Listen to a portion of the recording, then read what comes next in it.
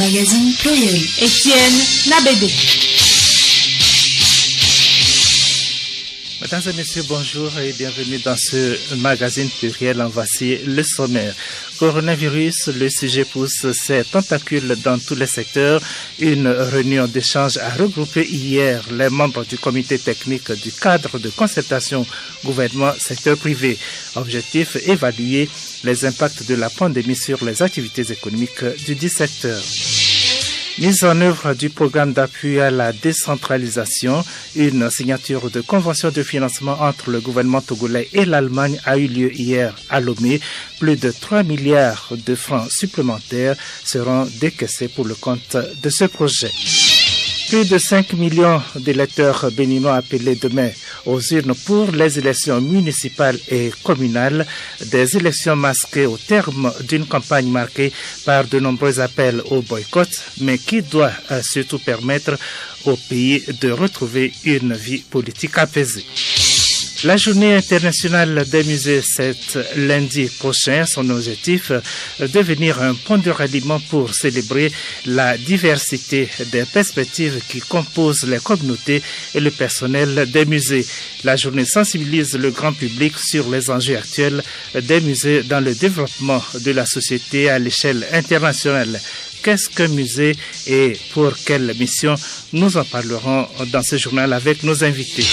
Et puis, c'est à suivre également dans ce journal, les échos du palais, les sports et la revue de presse.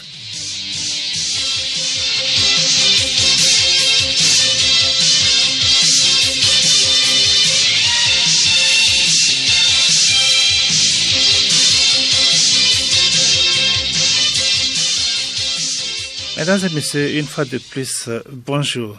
Une convention de financement a été signée hier entre le gouvernement togolais et la République d'Allemagne. À travers cette convention, le gouvernement allemand met à la disposition du Togo une enveloppe financière de plus de 3 milliards de francs CFA.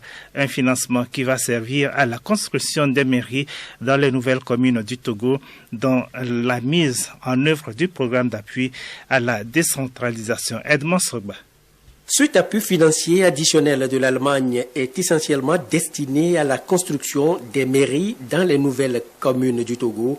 Le nouveau décaissement vient s'ajouter à un premier de près de 5 milliards de francs CFA dans le cadre du PAD 3, troisième programme d'appui à la décentralisation, pour doter le Togo de nouveaux locaux pour les mairies, leur équipement et leur électrification.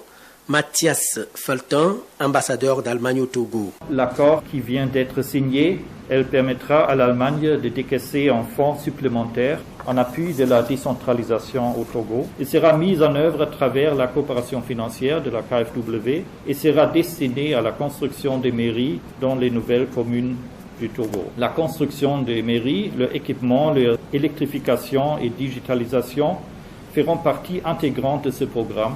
L'objectif de cet appui est donc de permettre à l'exécutif communal, aux élus communaux et au personnel administratif communal de disposer d'un cadre adéquat de travail afin de garantir une meilleure qualité de service aux citoyens. La ministre de la Planification, du Développement et de la Coopération, Yaovi Tignokpa, a salué l'Allemagne pour son appui sans cesse au Togo dans la réalisation de son plan national de développement et exhorté le comité conjoint de suivi des projets de l'Allemagne au Togo à garder allumée la flamme de la coopération germano-togolaise. C'est l'occasion pour nous de reconnaître une fois encore l'engagement de l'Allemagne aux côtés des autres partenaires techniques et financiers afin d'accompagner notre pays. Nous voudrions saisir cette occasion pour exhorter le comité conjoint de suivi de l'ensemble des projets financés par la GIZ et la KfW à travailler d'arrache-pied dans la perspective des prochaines consultations prévues pour cette année à Lomé. Nous voudrions engager le comité conjoint à garder allumée, voire raviver la flamme de la coopération germano-togolaise. Des missions techniques sillonnent déjà les communes pour analyser les différents sites de construction des mairies. les conditions de mise à disposition des terrains et leur localisation géographique sur le territoire communal. Coronavirus, les milieux d'affaires au Togo s'inquiètent des conséquences économiques de la pandémie. Le ministre de l'économie et des finances, Sani Yaya, a présidé hier une réunion du comité technique du cadre de concertation gouvernement-secteur privé.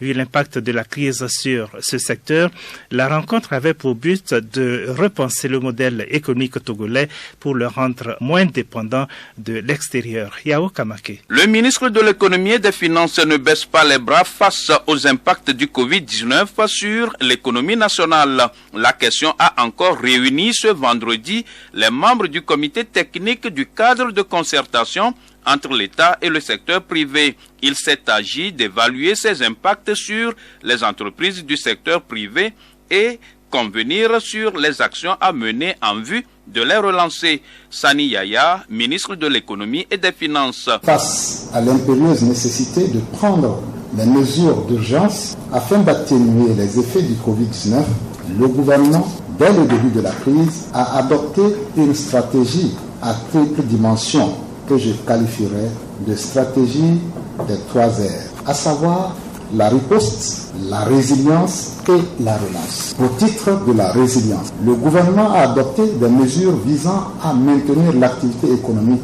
par un soutien à la consommation des ménages et aux besoins des entreprises du secteur privé durant la crise. Pour la relance de l'activité économique, le gouvernement s'engage à accompagner les jeunes entrepreneurs qui viennent de lancer leur acte, à soutenir la production agricole en vue d'une autosuffisance alimentaire, à adopter des mesures de soutien à la consommation, à la production et à la sauvegarde de l'emploi. La rencontre a été élargie à plusieurs ministères clés sectoriels et a permis de se rendre compte du ralentissement ou de l'arrêt brusque et momentané de beaucoup d'entreprises liées au Covid-19, d'où la nécessité au gouvernement de poursuivre ses efforts au profit du secteur privé pour le maintien de l'équilibre économique.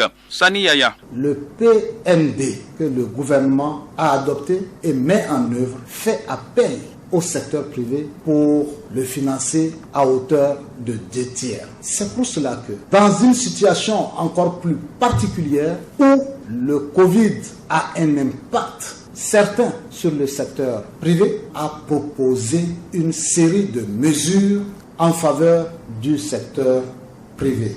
Des mesures fiscales, mais aussi des mesures d'accompagnement et des mesures financières en relation avec la BCEAO. Le secteur privé, par le biais de la Chambre de commerce et d'industrie du Togo, a partagé les résultats de son enquête de l'impact de la pandémie sur les entreprises du secteur privé, appuyée de recommandations. L'association des anciens élèves de la FASEG de l'Université de Kara se tient aux côtés du gouvernement togolais dans sa lutte contre le Covid-19. Elle a choisi hier la gare routière d'Agbalopédougou à Lomé pour sensibiliser les conducteurs et les revendeuses sur les mesures barrières pour éviter la propagation de la pandémie du coronavirus. Marie-Claire Pagnou. Il a été question essentiellement de rappeler aux conducteurs et revendeuses de la gare routière d'Agbalopédougou la mise en œuvre des gestes barrières afin d'éradiquer la pandémie de coronavirus.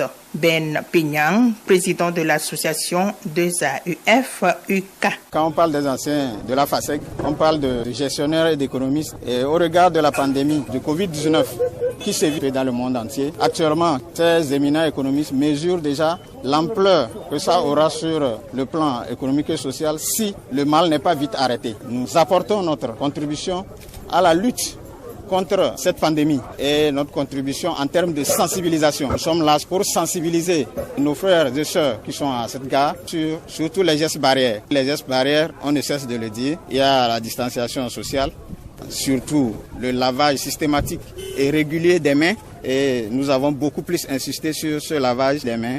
Le vice-président de l'Union des syndicats des conducteurs routiers du Togo, UCICORT, Ukbejo Yaya, après avoir remercié l'association des AUF-UK pour son initiative, a invité ses confrères à la vigilance face au Covid-19.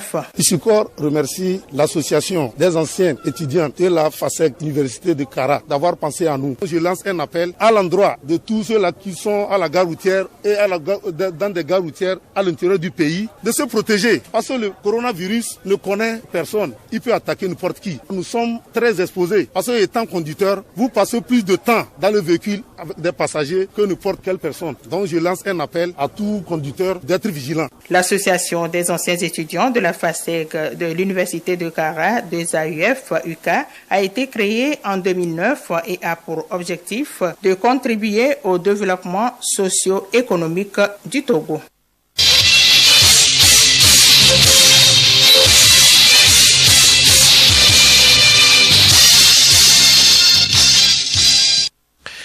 La synergie de l'élite musulmane agissant pour le développement CEMAD œuvre aux côtés du gouvernement dans la lutte contre la propagation du coronavirus.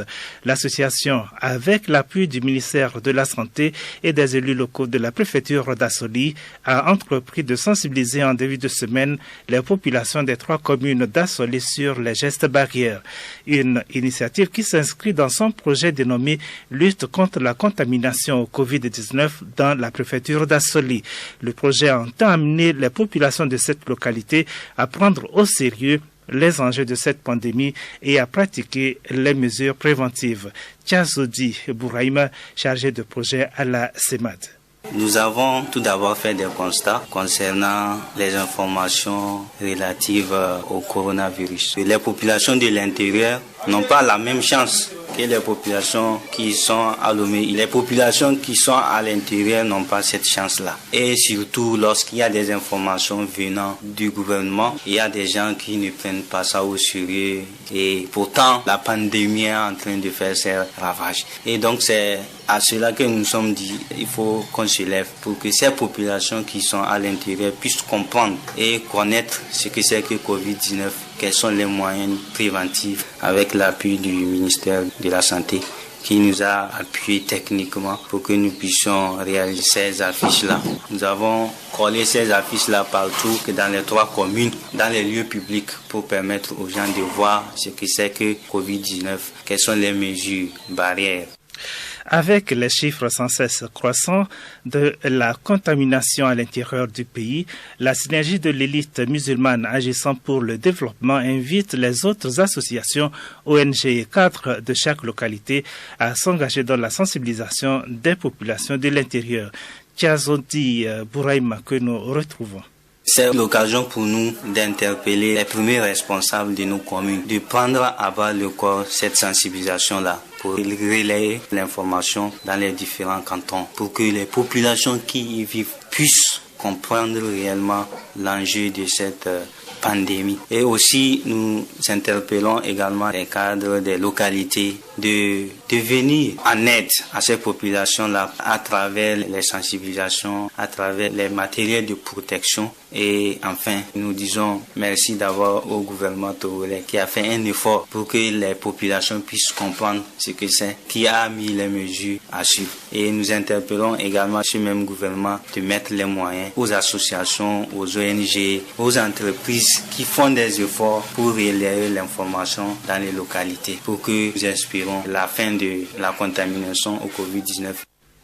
Et la situation du coronavirus au Togo à la date du 15 mai 2020, 156 cas actifs, 96 cas guéris, 11 décès, 263 cas confirmés au total et 12 040 nombre total de tests.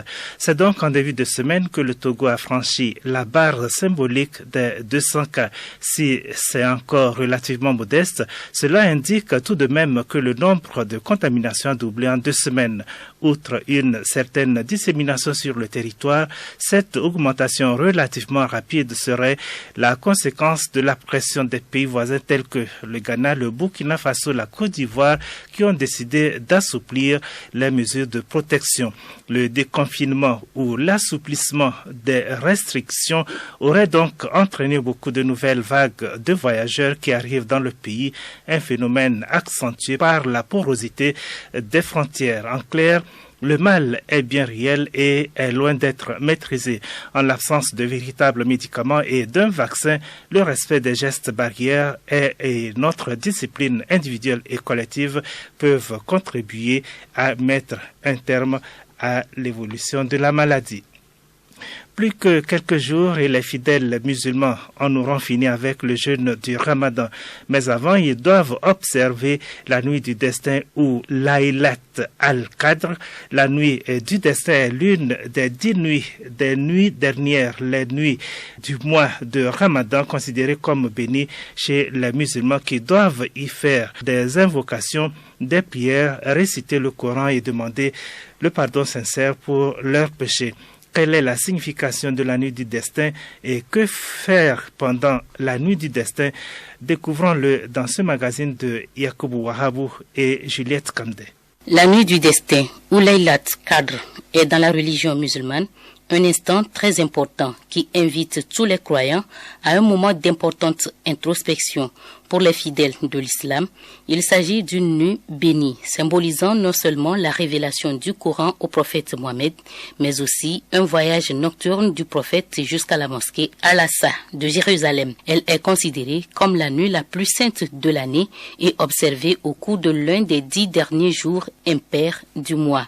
Aruna Abidou Nadjaré, directeur exécutif de la synergie de l'élite musulmane agissant pour le développement CEMAD.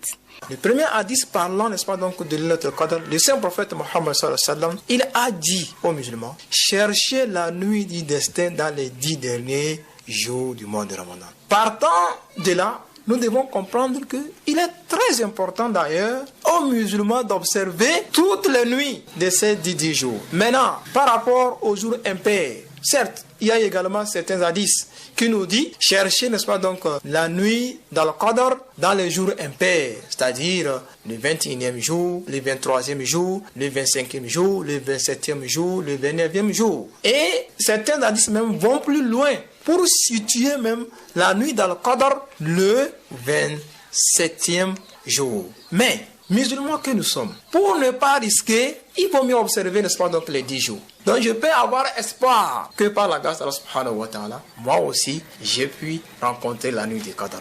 Il est régulièrement rappelé que cette nuit est meilleure que 1000 mois de prière. Pour les fidèles, elle offre à celui qui procède à un sincère recueillement, au repentir et à l'invocation, de recevoir le pardon de ses péchés. Selon le Coran, au cours de cette nuit, Allah exauce les implorations des croyants les plus pieux et les plus dévoués. La nuit du destin aurait une valeur inestimable. Sani Karim, vice-président de l'Union musulmane du Togo. Le mois béni de Ramadan est le mois par excellence, le mois de Coran. Le Coran même nous dit Inna anzalnahu fi laylatil qadr. L'ange Gabriel descend, il vient apprendre au prophète la lecture du Coran. Et la lettre énigmatique, Alif Lam Mim, que tout musulman lit ou entend lire, a une récompense. Les anges entourent les devantures des mosquées en entendant les gens lire le Coran, amener le message, la bénédiction et les récompenses auprès de Dieu. Wama adraka ma laylatul qadr, qui te comptera la nuit du destin. Laylatul qadr khayru min alfi shahr. La nuit du destin est mieux que 1000 mois d'adoration, soit 83 ans, 4 mois d'adoration. Pourquoi? Allah dit tanazzalul malaika, les anges descendent. Ils descendent à la vitesse de la lumière des cieux. Un jour céleste équivaut à 50 000 ans sur terre. Donc les gens descendent à cette vitesse pour donner paix à toute âme. Et le musulman n'a pas de raison pour rater cette nuit-là. Les 5 versets de la 97e sourate, dite Al-Qadr, la destinée, sont consacrés à la nuit du destin. Elle n'a lieu qu'une fois par an, dans les 10 derniers jours du mois de Ramadan et un peu avant l'Aïd el-Fitr, la fête du fin du jeûne. Elle ne doit pas être confondue avec la nuit du doute ou nuit de l'annonce, qui consiste en l'observation du croissant de lune pour déterminer le début puis la fin du mois du calendrier lunaire.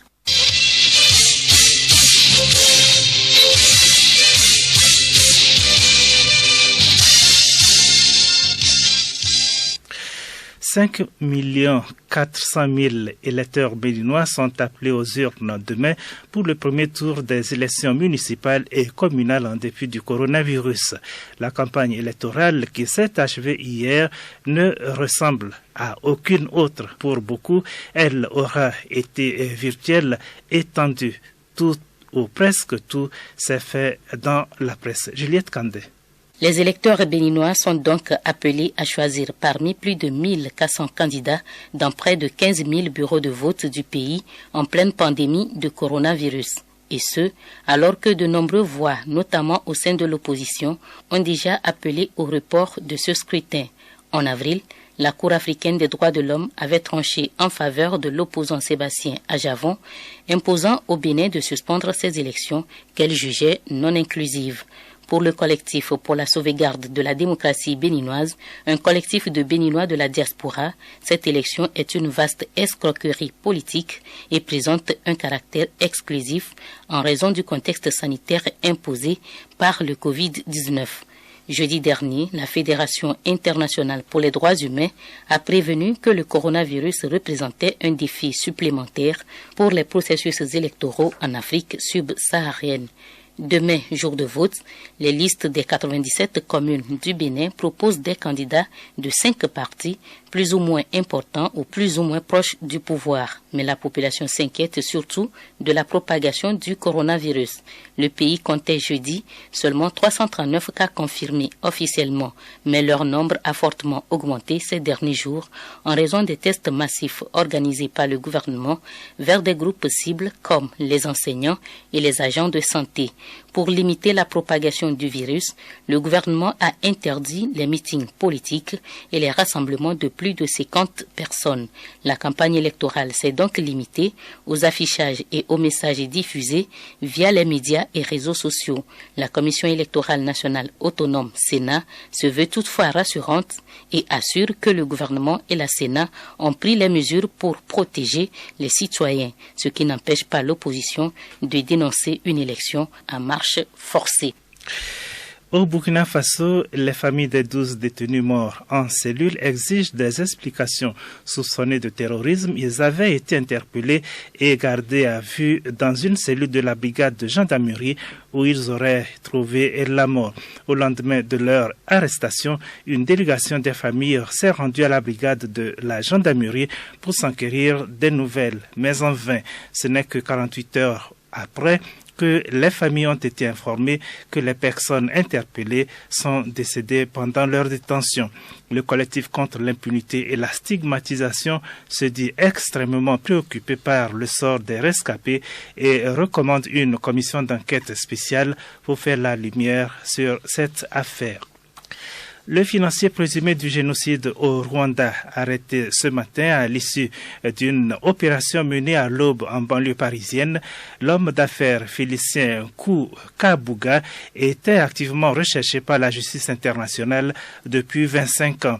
Selon le parquet général de Paris, il résidait sous une fausse identité dans un appartement d'Asnières-sur-Seine grâce à une mécanique bien rodée et avec la complicité de ses enfants. Félicien Kabuga est accusé d'avoir formé des milices responsables du massacre au Rwanda. Au Cameroun, pouvoir et opposition s'accusent mutuellement de vouloir surfer sur la crise.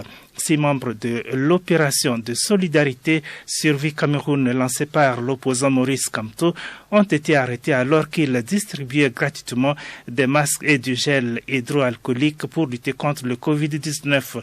Pour la deuxième fois depuis leur interpellation, 6 volontaires de Survie Cameroun ont été déférés devant le procureur de la République.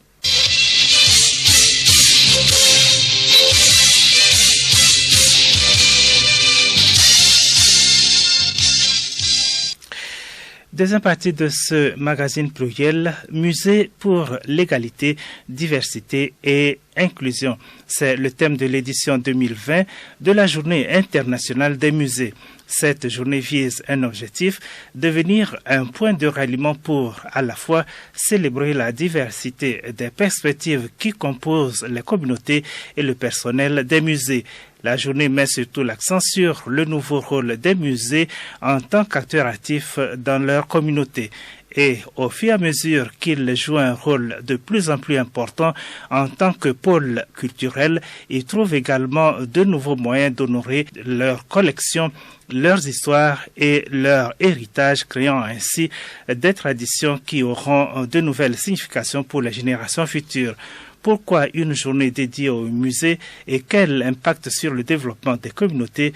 Madame Lucie Tidjougouna, directrice du patrimoine culturel du Togo, et Monsieur Sanda Nabédé, conservateur du musée national, nous en parlent. Ils sont au micro de Odette Pira. Monsieur Sanda Nabédé, conservateur du musée national, et Madame Lucie Tidjougouna, directrice du patrimoine togolais. Merci d'avoir répondu à notre invitation. Monsieur Sanda Nabédé, le monde entier célèbre ce 18 mai la journée mondiale des musées. Qu'appelle-t-on musée et en quoi consiste cette célébration? La journée internationale des musées est célébrée depuis 1977 et chaque année regroupe plusieurs musées. Le musée, depuis 2007, est défini par le Conseil international des musées comme une institution à but non lucratif au service de la société et de son développement. Elle est ouverte au public, il acquiert, conserve, étudie, expose et transmet le patrimoine tant matériel qu'immatériel aux générations futures. Nous rappelons qu'à ce jour, la notion de musée a beaucoup évolué et nous lui associons plusieurs autres concepts comme la mondialisation, la socialisation et l'universalité. Voilà, Madame Lucie Tidjougouna, à vous maintenant la question de combien de musées le Togo dispose-t-il sur l'ensemble du territoire national? Le Togo regorge de plusieurs musées. Nous avons pour le moment des musées publics, des musées privés et des musées communautaires. Donc, au plan national, nous avons un musée national qui est à Lomé et des musées régionaux qui sont en région. On a le musée régional maritime Est qui est logé à Aneho. Nous avons un musée régional à Sokoudé, un musée régional à Kara et un musée régional dans les savanes à Dapan. En ce qui concerne les musées privés, nous avons le musée d'art d'Afrique international qui est à Lomé. Nous avons un musée animalier qui est aussi à Lomé, à Adidogomé. Nous avons un autre musée qui est privé mais qui est à Aneho, à Lolamé. Et nous avons d'autres petits musées comme le musée Etouro à Vaughan. Il y a la maison de l'ancêtre à Kara, plus un autre musée à Dapan, Tanjouaré. Donc voilà un peu l'univers du musée. Mais avec la banque culturelle du Koutamakou, il y a un musée communautaire qui abrite aussi des objets collectés pour pouvoir les mettre à l'abri du trafic illicite et conserver, plus les promouvoir. Donc il y a un petit lien.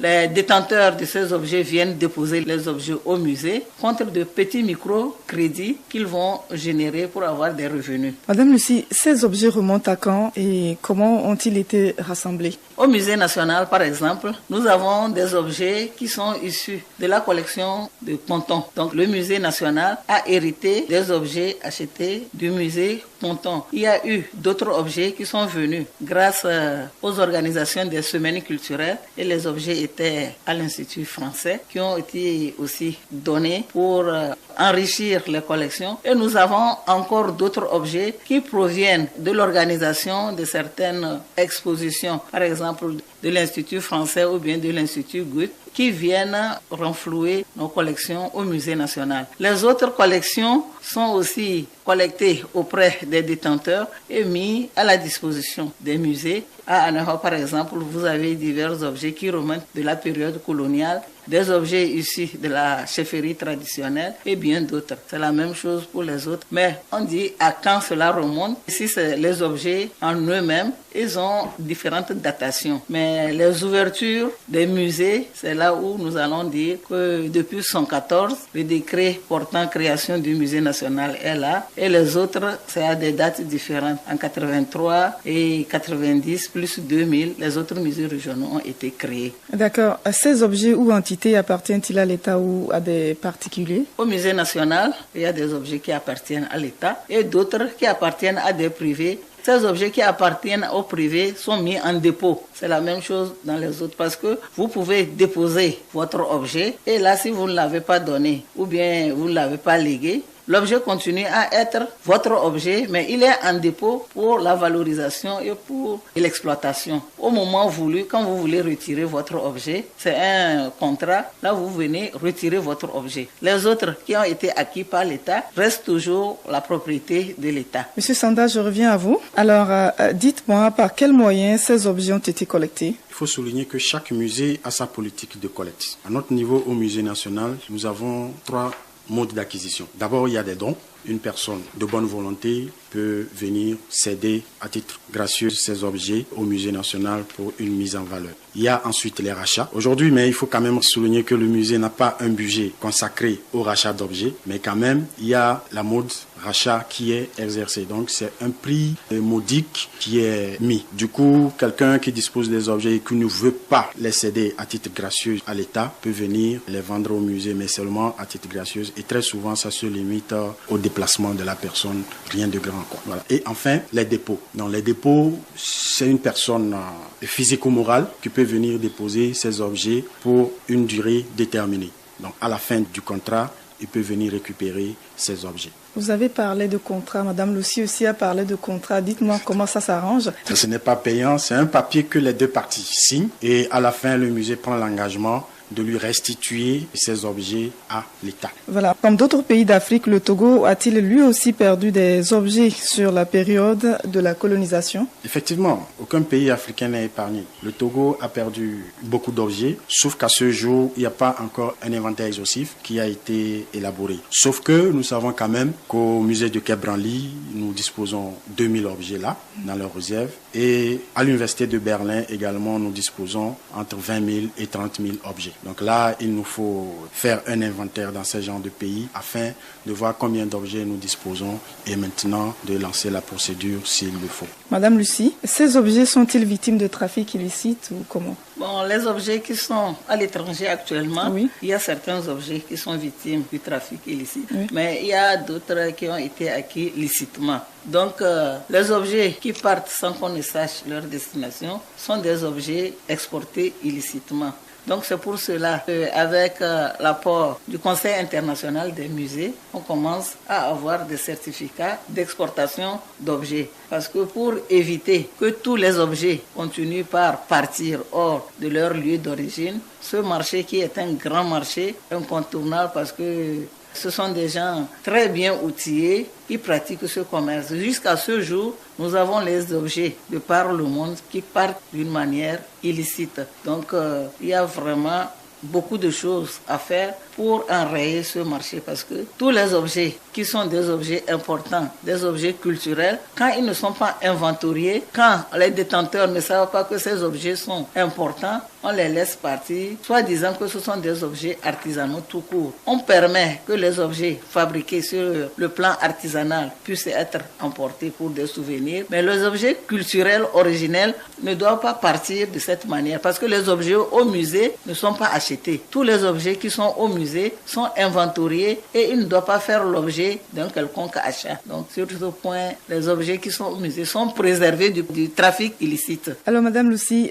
certains Africains ont réclamé à l'Occident leurs objets d'art volés ou emportés pendant la colonisation. Le Togo peut-il ou est-il prêt à leur emboîter le pas? C'est tout un processus. Tous les pays qui ont des objets ailleurs ont entamé un processus pour la restitution des biens culturels. Donc ce processus est un long processus que tous les Africains ou bien ceux qui ont des objets ailleurs sont en train de réclamer. Le Togo fait partie aussi de ce volet parce que nous avons aussi des objets, comme on vient de le dire tantôt, nous avons des objets en Occident et en Amérique. Mais c'est un long processus à suivre et il faut remplir toutes ces conditions avant de prétendre avoir ces objets. Le Bénin qui a déjà réclamé les objets, jusqu'à ce jour, on a parlé de 26 objets qui devaient être restitués. Est-ce qu'ils sont déjà revenus? Point d'interrogation, parce qu'il faut remplir les procédures. Par exemple, il faut avoir des textes, il faut avoir des infrastructures avant de réclamer ou bien avant de recevoir ces objets. Donc le Bénin était déjà partie prenante parce qu'il y a des structures, il y a des professionnels qui sont outillés pour pouvoir exploiter ces objets. même s'ils sont revenus. Mais il y a encore beaucoup de choses qui restent à faire. Le Togo est dans le même processus. Nous avons commencé à ratifier les conventions de l'UNESCO. On a commencé à prendre des attaches avec les autres. Et nous suivons des formations avec les autres pays d'Afrique pour voir comment pouvoir entamer les démarches pour avoir nos biens culturels dans nos cieux ou bien dans nos collections. Monsieur Sanda Nabédé, dites-nous comment se font les visites dans les musées? Il y a 2 types de visites. Ouais. Il y a les visites individuelles et les visites guidées. Donc la visite individuelle, il y a des personnes, quand elle arrive, elle vous dit non, qu'elle n'a pas besoin de guide.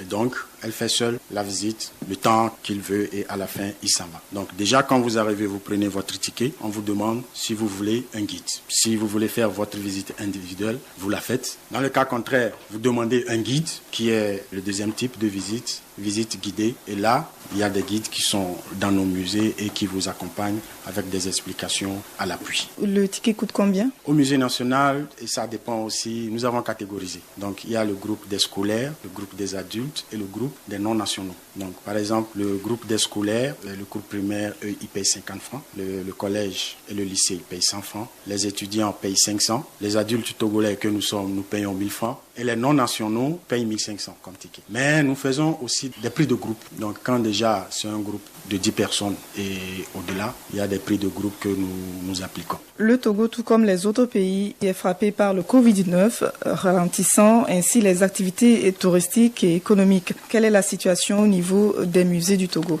Effectivement, avec la pandémie, les autorités compétentes ont jugé bon de fermer les musées publics au Togo. Donc depuis le lundi 23 mars 2020, nos musées ont fermé leurs portes. Du coup, on ne peut pas rester sans rien faire puisque nous avons devoir d'enseigner. Alors, sachant que le public, une fois à la maison, a également besoin de sa culture ou bien de son patrimoine, nous nous sommes engagés dans le système de numérisation afin de mettre une partie de nos collections sur les réseaux sociaux comme les pages Facebook du musée, Instagram, mais aussi sur le site web du ministère en charge de la culture afin que le citoyen lambda, bien étant à la maison ou bien même en circulation quelque part, puisse visualiser au moins quelques images du musée, lui rapprochant de son patrimoine afin qu'il soit aussi inspiré. Madame Lucie, le thème de l'édition 2020 est Musée pour l'égalité, diversité et inclusion. Parlez-nous-en.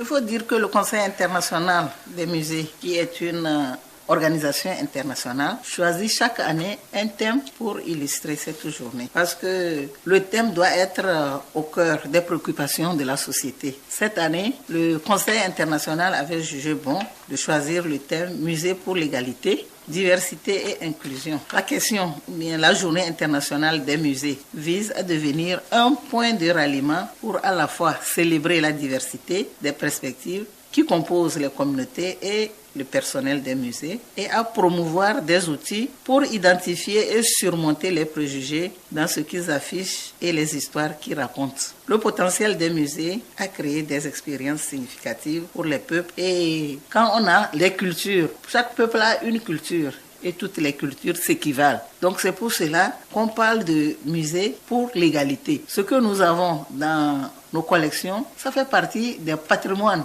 Et chaque patrimoine, que ce soit du Togo ou d'un autre pays, nous devons savoir qu'il y a une certaine égalité au niveau de la culture. Donc, pour démontrer cette quintessence, il fallait qu'on puisse choisir un thème qui rapproche tout le monde, pour qu'on puisse intégrer tout le monde et pour qu'il y ait la diversité. Donc, on a une diversité plurielle, mais la diversité dans l'inclusion.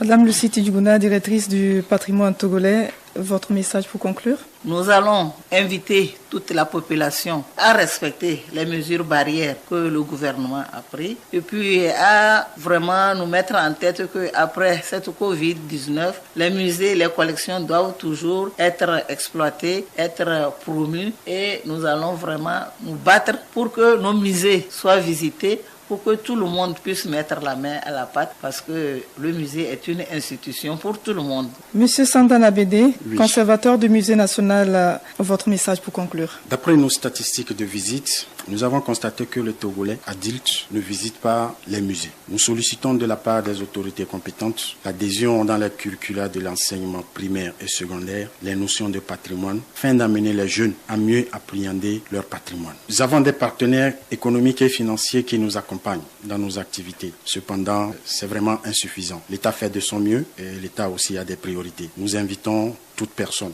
physique ou morale, à nous soutenir dans l'organisation de nos activités. Monsieur Sanda Nabédé, Madame Lucie Tudjuguna, merci d'être passée et merci pour toutes ces informations.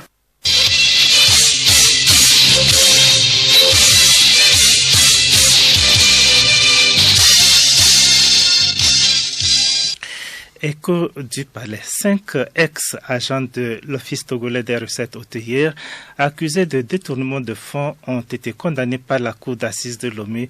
C'était en août dernier. Retour sur cette affaire avec Hélène Assabi. Des arrestations ont été menées parmi les agents de l'Office togolais des recettes OTR il y a de cela quelques années. Elles font suite à l'arrêt des opérations des déclarations douanières constatées dans la base de données Sidonia. La manœuvre, selon les experts, avait été menée afin de faire disparaître des preuves compromettantes de détournement de fonds. Nonobstant cet acte de sabotage, les auditeurs et autres enquêteurs ont pu remonter la piste des auteurs de ces actes et les résultats des enquêtes ont révélé que plus de 17 milliards de francs CFA ont été ponctionnés des comptes de l'OTR. Les 5 agents qui avaient été mis aux arrêts depuis 2015 ont comparu devant la cour d'assises de Lomé. À la barre, les accusés ont tous avoué avoir détourné chacun 8 millions de francs CFA, une somme que réfute l'OTR, estimant que le préjudice s'élève plutôt à 17 milliards de francs CFA. Le rapport de l'audit fourni par l'Office a été réalisé sur la période de 2008 à 2012, alors que les accusés ont été recrutés en 2011, ce qui voudrait dire que d'autres employés aussi se donnaient à cet acte de détournement des deniers publics au sein de l'institution. En conclusion, les 17 milliards volés ne devraient pas être attribués à ces 5 individus, a révélé Maître Kelouani Malia, membre du Collège des avocats de la défense. Mais le jury n'a pas trop fait cas de cette plaidoirie, reconnaissant au final la culpabilité des 5 prévenus qui ont été condamnés à 6 et 8 ans de réclusion criminelle et à payer à l'OTR la somme de 17 milliards de francs CFA. Maître Babagui, qui fait partie du collège d'avocats chargé de défendre les accusés, se dit déçu. On espérait que les condamnations allaient couvrir la détention déjà faite, c'est-à-dire 5 ans. Mais la Cour a estimé que c'était pas suffisant et qu'il fallait les condamner à 6 et 7 ans respectivement. Nous, on avait pensé dans la défense que la détention déjà couverte, puisque ça dépasse déjà le minimum requis par la loi, puisse recouvrer ce soir leur liberté. Mais ce qui n'a pas été le cas. On avisera de ce qu'on fera dans la suite. Parce qu'il faut que les conseils se réunissent et il faut qu'on ait les instructions de nos clients aussi. À samedi prochain.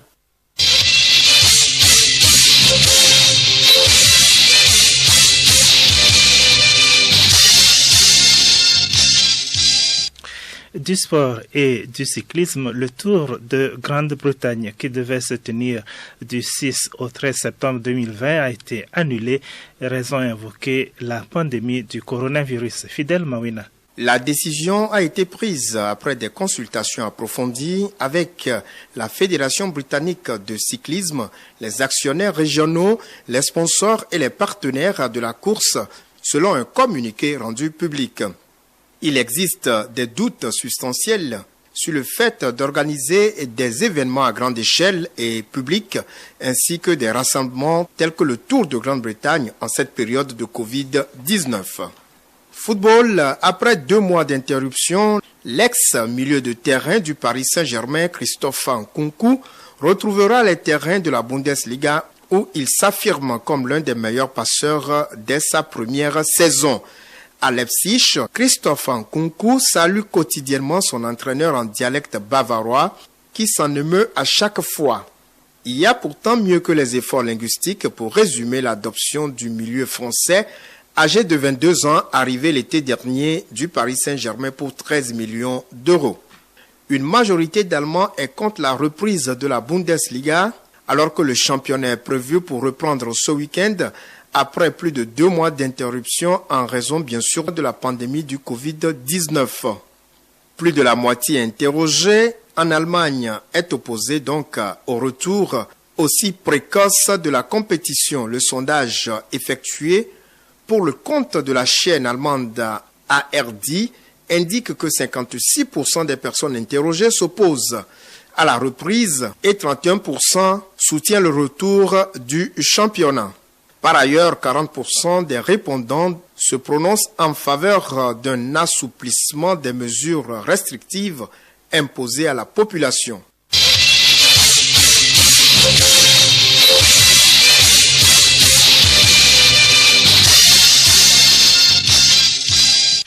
Revue de presse, 2 semaines après la prestation de serment du chef de l'État pour un nouveau mandat de 5 ans, les Togolais attendent toujours la formation d'un nouvel exécutif. Une attente peu préoccupante vu la montée en flèche des cas de contamination ces derniers jours liés au coronavirus. Voilà les 2 sujets qui ont fait la une des parutions de la semaine. Léontine Atogima. Les cas confirmés montent en flèche. Plusieurs localités désormais touchées remarquent liberté. Sacrin, Avogan, Ranchéry, le correcteur. La prison civile est touchée et de nouvelles villes s'ajoutent à la liste, relate également l'Union pour la Patrie, qui ajoute que le couvre-feu est allégé dans le Grand Lomé à cause de la stabilisation de la propagation de la maladie. Le Messager relève un contraste entre cette dernière mesure du gouvernement et l'augmentation du nombre de cas positifs ces derniers jours. Faut-il baisser la garde, s'interroge le libéral. Non, répondra Kamgou. Le journal appelle à la conscience individuelle et collective pour éviter le pire. Par peur d'être contaminés au Covid-19, les détenus exigent leur libération, écrit Dunia Le Monde. L'hebdomadaire se réfère à la mutinerie à la prison civile de Lomé. Une petite manifestation très vite maîtrisée selon le directeur de la prison civile de Lomé, Akibou Idrissou, à la une du Messager. Après la grogne, le retour au calme confirme Écho du pays. Le journal souligne dans ses colonnes que le directeur de l'administration pénitentiaire a reconnu que la surpopulation de la prison de Lomé est susceptible de favoriser la contamination tout en excluant toute idée de libération de détenus. Désormais, les prisonniers testés positifs ne seront plus pris en charge au CHR Lomé Commune, annonce le Messager. Impact de Covid-19 au Togo, 92% des entreprises en difficulté, titre l'économie à sa une. Le quotidien économique rajoute que les microfinances appellent l'État au secours. Dans la même lignée, Nouvelle Opinion indique que d'importantes recommandations ont été faites au gouvernement pour accompagner les entreprises. Lutte contre le Covid-19, Fort Nyasingbe en fait la priorité des priorités, nous rappelle Dunia Le Monde. Kamgou abonde dans le même sens et affirme que la riposte contre la Covid-19 est le premier chantier de son nouveau mandat. Près de 2 semaines après sa prestation de serment, les Togolais sont dans l'attente de la nomination d'un nouveau Premier ministre, note Libération. L'attente devient trop longue, souligne aussi Vérité des peuples. Le bâtisseur trouve trop lente également la formation d'un nouveau gouvernement et demande à Klassou de rendre le tablier. Ça traîne encore alors que plusieurs chantiers attendent, estime Nouvelle Opinion. L'apparition exhorte le chef de l'État à mettre fin au suspense en nommant un Premier ministre en vertu des pouvoirs qui lui sont conférés. Softball, reprise ou annulation de la saison 2019-2020, l'équation Covid-19 remarque l'équipe sportive. Le Miroir Info annonce une annulation programmée et impertinente de la saison de football au Togo. Une cruelle décision en gestation, trouve l'hebdomadaire.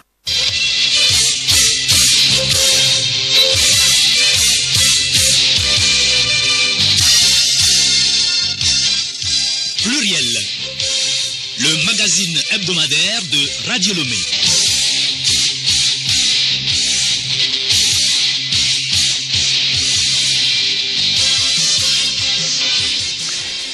Mesdames et messieurs, ainsi s'achève ce magazine pluriel. Aujourd'hui, nous sommes le 16 mai 2020. Avant de nous séparer, suivez plutôt la rubrique sensibilisation au coronavirus. Le Togo a franchi donc la barre des 200 cas de coronavirus et alors que la courbe de propagation est encore ascendante, on constate un relâchement au sein de la population dans le respect des mesures barrières.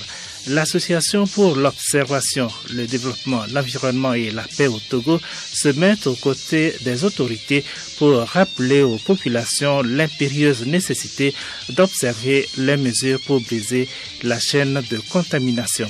Sensibilisation au coronavirus, c'est avec Juliette Kandé.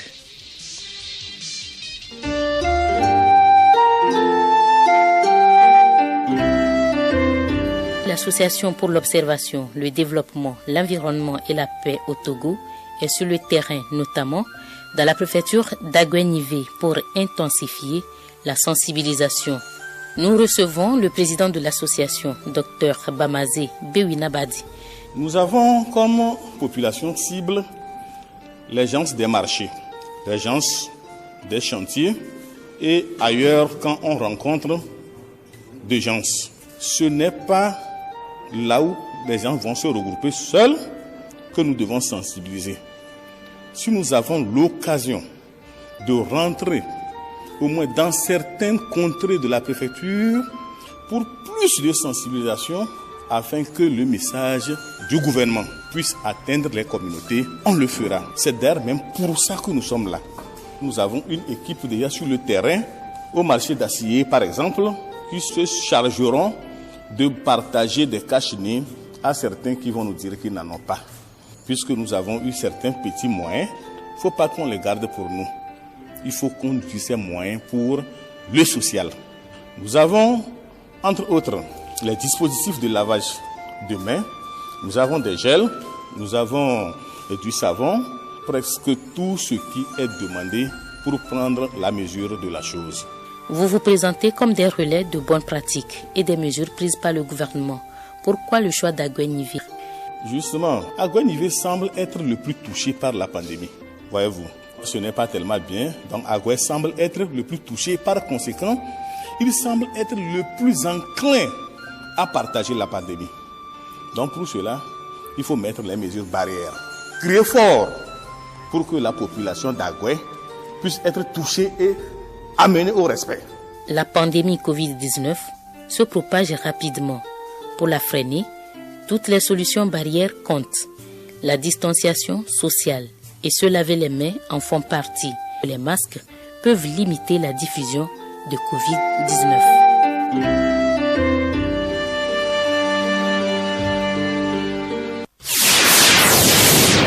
Les ondes radio se propagent à 300 000 km/s. Le son met un peu plus d'une seconde pour atteindre la Lune. On entendra cette pub sur Mars dans 4 minutes et sur Jupiter dans une demi-heure. Bienvenue à nos amis extraterrestres qui nous écoutent. Tout le système solaire.